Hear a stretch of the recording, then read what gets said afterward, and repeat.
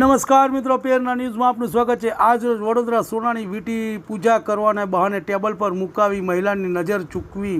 સોનાની વીંટી ચોરી કરી લઈ જનાર આરોપી શાળા બનાવીને વડોદરા શહેર ક્રાઇમ બ્રાન્ચની ટીમે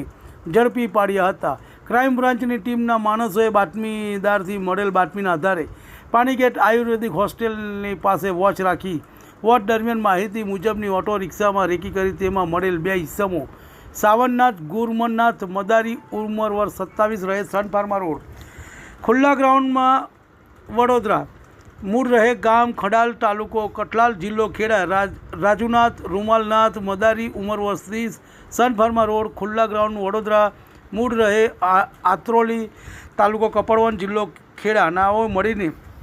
આવતા બંનેએ ઝડપી દરમિયાન એક મોબાઈલ ફોન તથા એક ઇસમની વીંટી મળી આવતા આ બંનેઓને તેની પાસેથી મળી આવેલ સોનાની વીંટી, ફોન અને ઓટો રિક્ષાના આધાર પુરાવા રજૂ નહીં કરી શકતા આ બંને ઇસમો પાસેથી મળી આવેલ તમામ શંકાસ્પદ મુદ્દામાલને તપાસ અર્થે કબજે કરી બંને ઇસમની સામે કાયદેસરની કાર્યવાહી કરી તપાસ કરવામાં આવતા બંને શાળો બનેવી હતા અને સોનાની વીંટી 3 ગ્રામની વજન 13,000ની લઈ ઇસમો ઓટો રિક્ષા નાસી ગયેલ હકીકત જણાઈ આવતા પાણીગેટ પોલીસ સ્ટેશનમાં ગુનો નોંધેલ છે। રિપોર્ટ યતિન વાડન। તમને અમારા સમાચાર પસંદ આવ્યા હોય તો લાઇક, શેર, બેલ આઇકોન અને સબસ્ક્રાઈબ કરો।